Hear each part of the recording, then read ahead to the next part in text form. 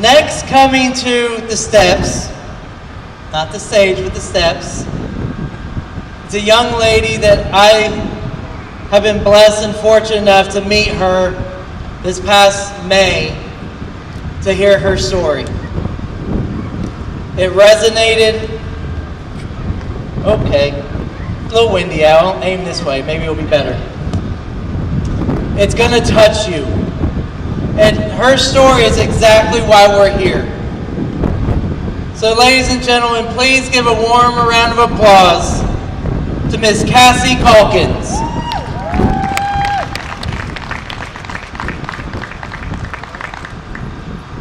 Well, just saying, first of all, I'm going to be reading off of a paper because I have really horrible memory. I'm pretty sure most of us do. Well, my name's Cassie. I am 16 years old. Since I was born, I've had health issues. I am hearing impaired on the left side and totally deaf on the right. I've been bullied since elementary school because I had seizures when I was younger. Thankfully, I grew out of them, and I have mild cerebral palsy. They would always say, "Do you have a staring problem?" Or, "Oh, look, it's a staring girl." And one thing that was my favorite, ironically, is the daydreamer. But even though I would tell them I wasn't staring at them, that I had seizures, they didn't care, or they didn't just believe me, or they were just playing mean. It was a lot more severe than I'm saying, but this is the condensed version. Now, when I turned 12, this was the hardest year of my life. It was the year I was diagnosed with juvenile arthritis and juvenile dermatomyositis. On October 28th, 2011, that's when one day, so suddenly, I woke up and could no longer walk.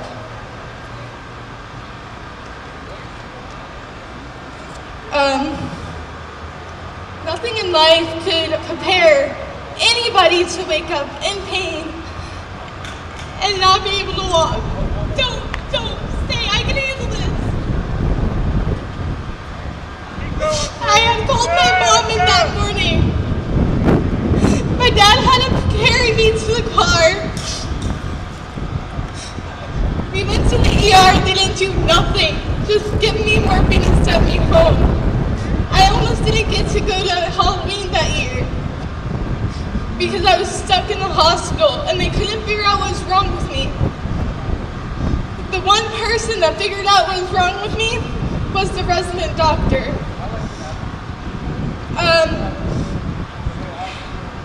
I was stuck going between a walker and a wheelchair that whole year of school. And of course, I was in middle school at the time, and middle schoolers don't understand how the girl a couple days before could walk, and that day she couldn't. So they made fun of me a lot for that, and now I am on monthly infusions, 23 medications a day to keep everything under control. Middle schoolers, they don't understand that, and they don't understand how kids, teenagers age or lower, can be in pain or miss a lot of school because of doctor's appointments. In reality, nobody else understands besides the people who have it. The people in the hallways made fun of me because I was in the wheelchair. They would say, "Oh, you just walked the other day," or you get to leave class early because you're in a wheelchair. Or most of the time it was, "Oh, forget it, that's the deaf and dumb girl." That was the one that hurt really bad. It went on and on. Last school year, was the year that I was bullied really bad. guy showing me inappropriate pictures on his phone, to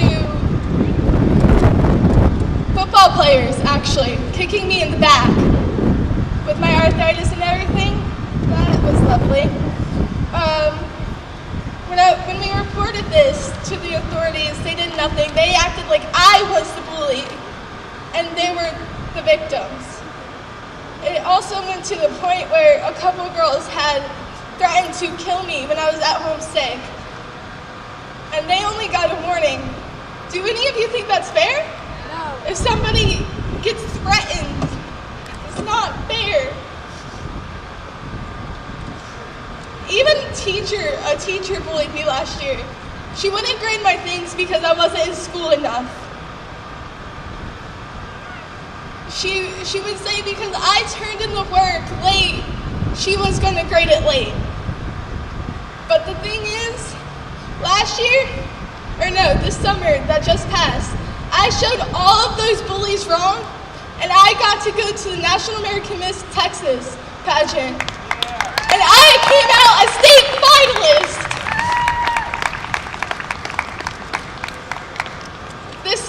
This year, the bullying is still nonstop.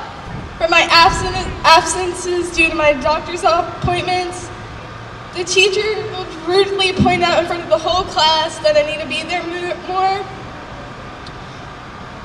It doesn't stop, but we can make it stop. It starts with all of us.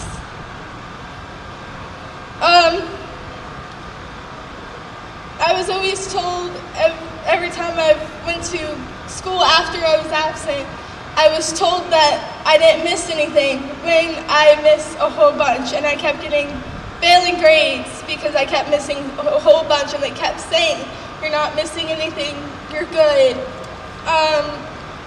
The most important thing about being bullied is to tell adults, don't keep quiet.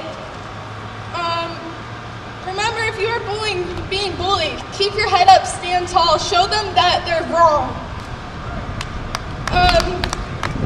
Smile at them. That gets them annoyed. I've learned that. Or if it's gotten really bad, write a list of all the good things in your life, all the families that you love, you cherish, your friends, anything that's in your life that you love, and read it every single morning. And one thing I wanted to say is, you know why people kill themselves because of bullying? They do it because they run out of options. They've told parents, they've told authorities, they've told as many people as they can that they're being bullied, and nothing has happened. And that's the reason why I'm here today, so that people can start having justice for what's done to them. And I am privileged so much to be a bully advocate, because I want to help people that are being bullied, because I know what it feels like. I can tell them it does get better. You just gotta wait and see.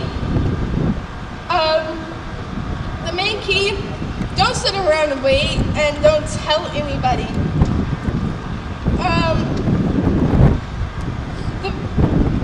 I get so sick of people blaming the victim's parents, because sometimes they have tried everything they could. They have told everybody, and it's not their fault. Let the fault reside on the bullies who's bullied you, not yours. Don't start blaming yourself, because everybody's beautiful in their own way. And they don't need that fault on them when they think everything's their fault, and it's not. Now, I don't need this anymore. Now, one thing that I am trying to start is, I've done it in my school, I have my friends doing it all the time, is smile at somebody, wave at somebody. It can make their day. You don't know what they're going through. Or tell them a comment. Hey, you're beautiful. Or hey, you did a good job. Something to make their day. And I want all of you to do that today, if possible. Just go up to somebody and say something nice. Will you do that for me? Yeah. Woo! Thank you. And now, I'm going to be signing a song in a minute, and I want you to listen to the words. Listen to the words and you know exactly how these people who are being bullied feel